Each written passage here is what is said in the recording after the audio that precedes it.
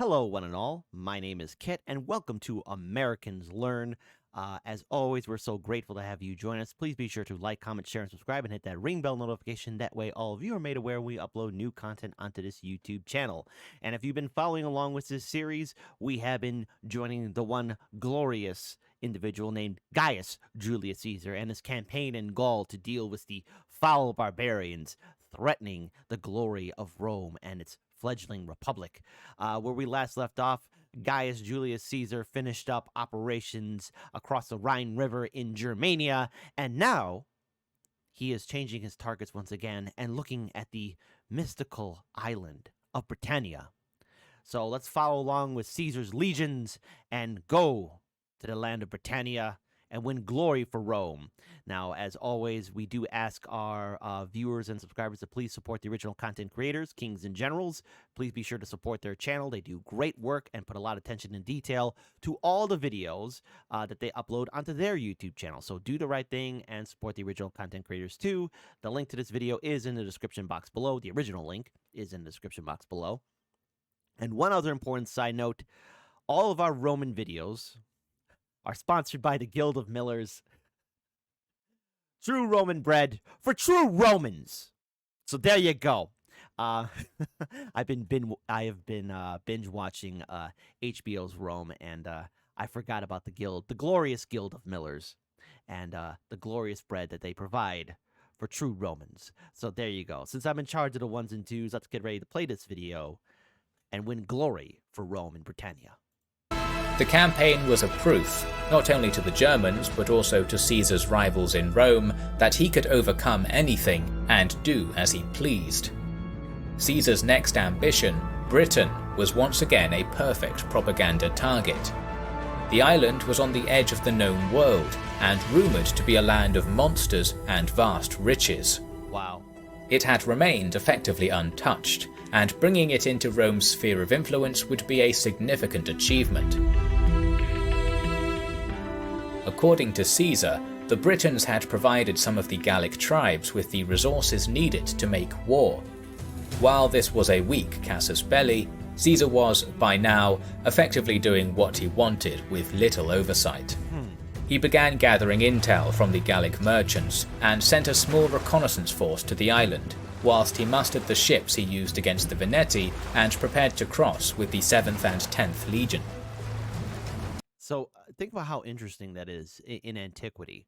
You know, you hear about the story of this unknown land filled with possible monsters and other wonders of the world. And the thing is, it's incredible what our ancestors were able to do in ancient antiquity, what they were capable of in order to reach out to new lands. Now, obviously, Julius Caesar is trying to build a name for himself, and he has a lot of rivals in Rome, including his most staunchest supporter, Pompey Magnus. But the only reason why they are still somewhat allies is because Pompey is still married to Julius Caesar's daughter, who has not died yet. Spoiler alert. But it really does show just how far Julius Caesar was willing to go in order to build up his reputation and popularity with the Roman citizens. He set sail from modern Calais and safely made it across with most of his army, but his cavalry had been delayed by bad weather. The Romans saw the Britons had amassed along the White Cliffs of Dover in huge numbers, with infantry, cavalry and chariots, and with every warrior painted in fierce blue war paint. Caesar moved further down the coast in order to find a better place to land, but was shadowed by the Britons' cavalry and chariots, who were easily able to keep pace with the fleet. When the Romans finally found a suitable beach, Caesar arranged his transport vessels into a long line with his warships on his flanks and ordered his men to disembark. As the transport vessels had deep keels, however, they were still some way from the shore, and the legions were forced to wade in waist-deep in water to try and reach the beach. The Britons saw their opportunity and attacked, firing missiles into the ranks of the legionnaires as they struggled through the water, weighed down by their armour. The Briton cavalry charged in and out of the Romans, the height advantage of being on horseback allowing them to fight much more effectively than the Romans stuck in the water. The legionaries were taking significant casualties, and seeing this, Caesar moved his shallower-keeled warships up the flanks so that his missile troops and ballistae could fire into the Britons' sides. So it's an amphibious landing in Britannia. Wow, the logistics and even nightmare of that scenario. We hear a lot about amphibious landings and military operations in modern warfare. Case in point, we hear about how U.S. Army and Marines were doing amphibious warfare in the Pacific Theater during the Second World War, or of course we know about D-Day, and there are numerous other examples. But hearing about this in antiquity, where you have heavy armor, swords and shields, melee combat, it's a completely different thing altogether. The amount of terror and brutality that must have been seen during that landing, it's unimaginable. But at least Julius Caesar was smart enough to bring his forces, or at least his ships, to provide, I guess, cover for his ground infantry. Still, the legions were wavering, with some men not even being willing to get off their transports. It was not until an eagle-bearer of the 10th Legion leapt into the water and waded towards the Britons that the legions rallied and rejoined the battle in earnest. The fighting was fierce and contested, with the Romans gathering to their nearest standards to try and maintain some form of cohesion, while Caesar used rowing boats to ferry men from the transports to areas where the Roman front line looked to be in danger. Finally, the Romans were able to push through the shallows onto the beach, where their organisation and heavy armour could come into play, at which point the Britons broke off and retreated. Outstanding! Caesar, without any cavalry, had no choice but to let them escape. We don't know the numbers of dead on either side, but being a contested landing, it's likely that the Roman losses were greater. Following the battle, the Romans established a camp on the beach, and the Britons sent delegates to sue for peace, probably to assess the Romans' purpose in the area. They were on home ground and could afford to wait to see what Caesar's next move would be, whereas Caesar, with no supply line, would be pressured to make the first move. Caesar accepted the peace, and the Britons sent a small number of hostages, promising more later. The cavalry that had been waylaid did try and cross once again to meet Caesar, but were caught in a storm and forced to turn back. This same storm damaged the ships that Caesar had anchored off the beach, demoralizing the Romans, who could no longer escape the island. Salvaging what materials he could from the most damaged ships, Caesar began repairs. He sent one legion at a time to forage for food, whilst the others defended the camp on the beach. However, whilst one of the legions was out foraging, the camp watch reported seeing dust on the horizon moving their way. This, combined with the lack of the promised extra hostages, was enough to alert Caesar to what was happening. He gathered 2 cohorts and marched quickly to the legion's location. Whilst foraging, the legion had been ambushed. Scattered and focused on collecting food, the Britons had been able to kill a substantial number of them in the initial attack. The legion had managed to regain some level of discipline, snatching up their weapons, but they were surrounded by the British cavalry and chariots. British charioteers were trained to throw missiles from their chariots and then dismount to fight on foot, before hopping back on the chariot when the fighting got too hard in order to regroup. This gave them the staying power of infantry and mobility of cavalry, a tactic Caesar admired, but was now taking a heavy toll on the surrounded legion. Upon Caesar's arrival with his cohorts in formation, the cavalry and chariots retreated. The Britons had no desire to fight heavy infantry in formation in a pitched battle without their own infantry support, and allowed the legion to withdraw to camp with Caesar. However, bolstered by this success, the Britons amassed their full force of infantry, cavalry and chariots and marched on the camp. Caesar drew out his legions to meet them. So far, he had been fighting in difficult circumstances, in water, in ambushes, against a highly mobile enemy. But this was an ideal situation for the Romans, where their formations and discipline could truly make a difference. All right, go for it. The Britons charged, but in these conditions, the Romans had a significant advantage.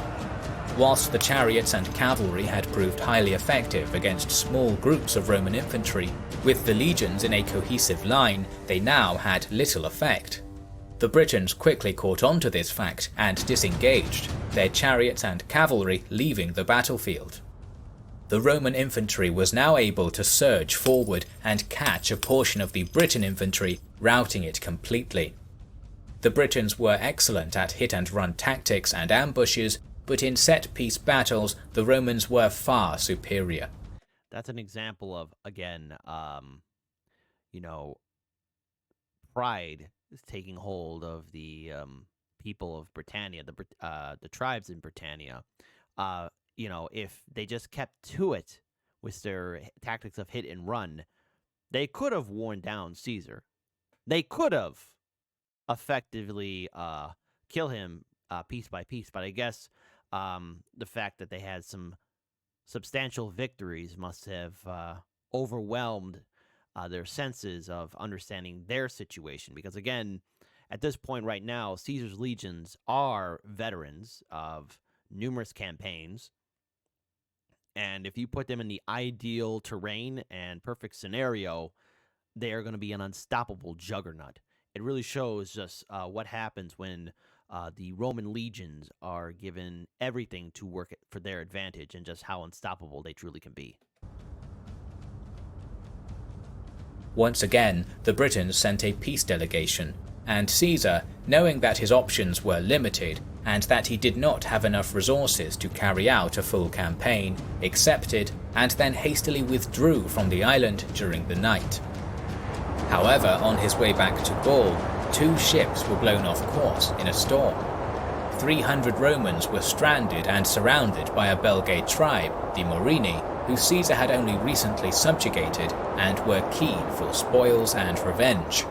The Romans were assailed from all sides with missiles in hit-and-run attacks against their small group.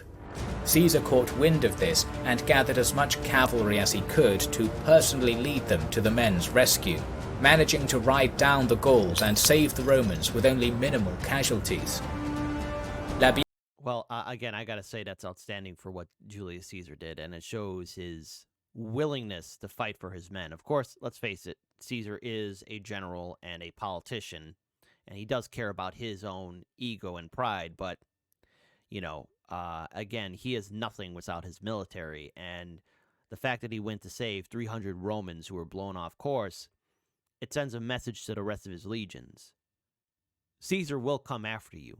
Caesar will protect you. Now, of course, again, this is also, we have to remember, he is also a propagandist of his own image, and he'll do anything to give himself a good, portrayal. But on the other hand, too, it would inspire the rest of his troops to fight for him because he'll come after you. So there you go. Shout out to Julius Caesar. He cares for his legions. He cares for his legions. Labienus would later be sent into the Belgae territory to winter there and reinforce Roman rule in the area. Neither the invasion of Britain nor this foray into Belgae territory were significant military achievements. However, they show why Caesar was so loved by his men. He was brave, achieving things no Roman had ever done before. He was calm under pressure, and most importantly, he would lead from the front and showed that he cared for his soldiers and was prepared to risk his life to save them. And we're going to stop here for the time being, and we'll continue on with the rest of our adventure as Caesar goes into round 2 in Britannia. Until then, folks, we would like to get your feedback. What are your thoughts about Julius Caesar's campaign in Gaul? And not to mention, or in an earlier episode, we did a video of him crossing into the Rhine and now going into Britannia. In the long run, what are your thoughts? How do you feel like the Roman aristocracy would feel about somebody like Julius Caesar? Because in the video, it does send a message, or Caesar is sending a message to his rivals that he can go anywhere and not be hindered by various tribes, regions, rivers, um, terrain, etc. I, for one, think that this is also what grew into jealousy, further jealousy, by his rivals in the Roman Senate and even by his closest ally, Pompey Magnus.